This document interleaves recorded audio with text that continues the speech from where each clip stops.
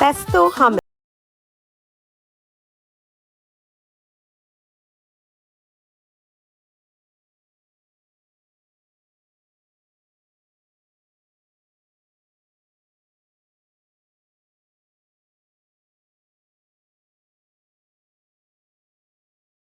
Your leftover rice to make this 15-minute butter garlic fried rice. Trust me, it's so good.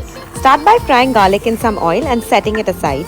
In the same pan, heat butter, add lots of finely chopped garlic, let it cook, then add pepper powder.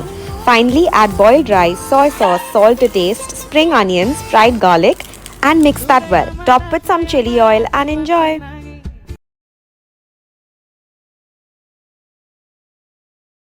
If you find this valuable, please like the video and subscribe to our channel. It would mean so much.